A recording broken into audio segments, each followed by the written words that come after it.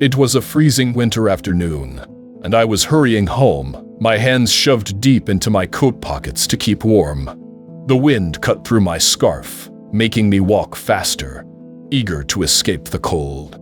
As I turned a corner, something on the sidewalk caught my eye, a small, worn-out wallet lying abandoned near the curb. I hesitated for a second, glancing around to see if anyone was nearby, perhaps searching for it. But the street was empty except for a few parked cars and the occasional rush of wind blowing discarded leaves across the pavement. Curious, I bent down, picked it up, and flipped it open. It was an old, brown leather wallet softened by years of use. The red lacing along the edges was slightly frayed, and the corners were rounded, as if it had spent a lifetime being carried in someone's pocket. My first instinct was to check inside for some form of identification, something that would help me return it to its rightful owner. Inside, the wallet was nearly empty. No credit cards, no driver's license, just 3 crumpled $1 bills tucked into a side pocket. I frowned, flipping through the other compartments, hoping to find something useful. That's when I noticed a folded, yellowed piece of paper wedged into one of the slots.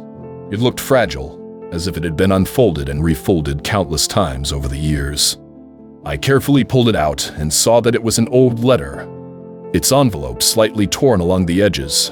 The return address was faint, almost illegible, but I could still make out a name, Hannah.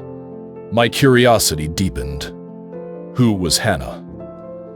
And why had this letter been kept inside the wallet for so long? Before I could stop myself, I unfolded the letter. My eyes immediately landed on the date written in the top right corner, 1924. I blinked, stunned. This letter was nearly 60 years old. The paper, once powder blue, had faded to a soft gray, and in the upper left corner was a tiny, delicate flower, a detail that made it feel even more personal. As I read the first few lines, I realized it was a heartfelt message written in beautiful, flowing handwriting. It was a Dear John letter, the kind that someone writes when they must say goodbye, even if they don't want to. The writer, Hannah, told the recipient, a man named Michael, that she could no longer see him because her mother had forbidden it. But despite this, she confessed that she would always love him.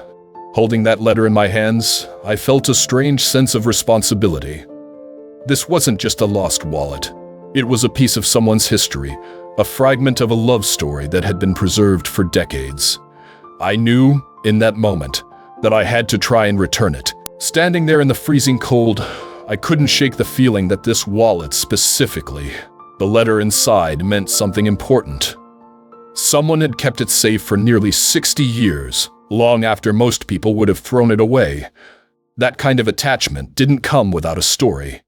I wasn't sure why, but I felt compelled to find out who it belonged to. The only clue I had was the return address on the envelope.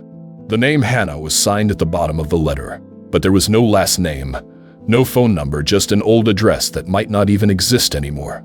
Still, it was a place to start. I pulled out my phone and dialed the operator. When she answered, I hesitated for a second, realizing how strange my request might sound. Hi, this is an unusual request, but I found a wallet with an old letter inside. The only identifying information is a return address from years ago.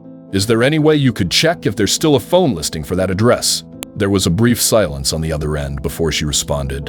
Hold on one moment. Let me transfer you to my supervisor. A few seconds later, another voice came on the line. The supervisor sounded curious but hesitant. I'm sorry, sir, but I can't give you a phone number for that address. However, she continued after a pause, I can call them for you and explain the situation. If they're willing to talk, I can connect you. That was more than I had expected. I thanked her and waited, listening to the faint hum of the line as she made the call. My fingers tapped anxiously against the wallet in my other hand. A minute passed, then another. Finally, she returned. I have someone on the line who may be able to help. I took a deep breath. Hello. A woman's voice, soft but surprised, came through. Yes, I heard you found a wallet with a letter inside. That's right, I said. The letter is addressed to a man named Michael, and it's signed by someone named Hannah. Do you happen to know anyone by that name? There was a sharp inhale on the other end. Oh my. We bought this house from a family who had a daughter named Hannah, but that was over 30 years ago. My heart raced. I was getting closer. Would you happen to know where they went? She thought for a moment. I remember hearing that Hannah had to place her mother in a nursing home years ago. If you can track down that home, they might know where she is now. I quickly jotted down the name of the nursing home she gave me. It was a long shot, but it was my only lead. I had come this far, there was no way I was stopping now. Armed with the name of the nursing home, I wasted no time. I pulled out my phone and quickly dialed the number, my fingers slightly trembling with a mix of excitement and uncertainty. The call rang twice before a woman's voice answered on the other end. Northern Pines Nursing Home, how can I help you? I took a deep breath. Hi, this might be an unusual question, but I'm trying to find someone. Her name is Hannah. I was told she may have lived here or still does. There was a brief pause before the woman responded. Hold on just a moment. Let me check our records. The line went quiet, except for the faint sound of papers shuffling in the background. My heart pounded in my chest. This was my last real lead if she wasn't here. I had no idea where else to look. After what felt like forever, the woman came back. Yes, we do have a resident named Hannah. I let out a breath I hadn't realized I was holding. She's still there. She is, the woman confirmed. She's been with us for quite some time. I hesitated for a second, then asked, would it be possible for me to visit her? There was a pause, then a hesitant answer. Well, visiting hours are usually over by now, but if you come soon, she might still be in the day room watching television. That was all I needed to hear. Thank you. I'll be there as soon as I can. I grabbed my coat and rushed out the door, my mind racing with possibilities. What if she didn't remember Michael? What if she had moved on and the letter was just a forgotten relic of her past? By the time I pulled into the parking lot of the nursing home, it was already late. The building loomed in front of me, quiet except for the dim lights glowing from a few windows. I stepped inside, where a night nurse greeted me at the front desk. You must be the gentleman who called about Hannah, she said with a small smile. Follow me. We walked down a dimly lit hallway, the soft hum of television sets coming from the rooms we passed. Finally, she led me into a large common area where a handful of elderly residents sat, some reading, others dozing off in their chairs. In the corner, sitting quietly in front of the television, was a petite, silver-haired woman. She had a warm, gentle face and a soft twinkle in her eye, as if she had spent a lifetime filled with love and laughter. The nurse approached her with a kind voice. Hannah, you have a visitor. Hannah turned to look at me, curiosity flickering across her face. I stepped forward, holding up the faded letter. I think this belongs to you. The second her eyes landed on the powder blue envelope with the delicate flower in the corner, she gasped softly and pressed a trembling hand to her chest. Young man, she whispered, her voice filled with emotion. Where did you find this? For a moment, Hannah just stared at the letter, her fingers lightly tracing the edges of the worn envelope. It was as if time had stopped for her, pulling her back to a moment long past. I watched as her lips trembled slightly, her expression shifting from surprise to deep emotion. This was the last letter I ever wrote to Michael, she whispered. I sat down across from her, keeping my voice gentle. I found it inside a wallet, a brown leather one with red lacing on the sides. Her eyes widened, and she took a deep, shaky breath. Michael, she murmured, almost as if saying his name brought him back to life. I loved him very much. But my mother, her voice trailed off as she glanced down at the letter again. She didn't approve. I was just 16, and she thought I was too young to know real love. She gave a sad smile, her gaze distant, but I did love him. More than anything. I hesitated before asking, did you ever try to find him? Hannah let out a soft sigh and shook her head. I wanted to, but life has a way of moving forward whether you're ready or not. And after my mother passed, I didn't know where to start. I always wondered if he was happy, if he found someone who loved him as much as I did. There was a heavy silence between us, filled with unspoken memories. I could see in her eyes that this letter wasn't just a piece of her past. It was a love she had never let go of. I swallowed, my heart pounding as I realized what I had to say next. "Hannah, I think I may have found something else." She looked up at me, curious but cautious. I reached into my coat pocket and pulled out the wallet. "The wallet this letter was in, it belongs to someone." She frowned slightly, her fingers trembling as she took it from my hands. The second she saw the red lacing along the edges, a small gasp escaped her lips. This looks just like," her voice faltered. I leaned forward. "Hannah, do you remember his full name?" She blinked, her voice barely above a whisper. "Michael Goldstein." Hi.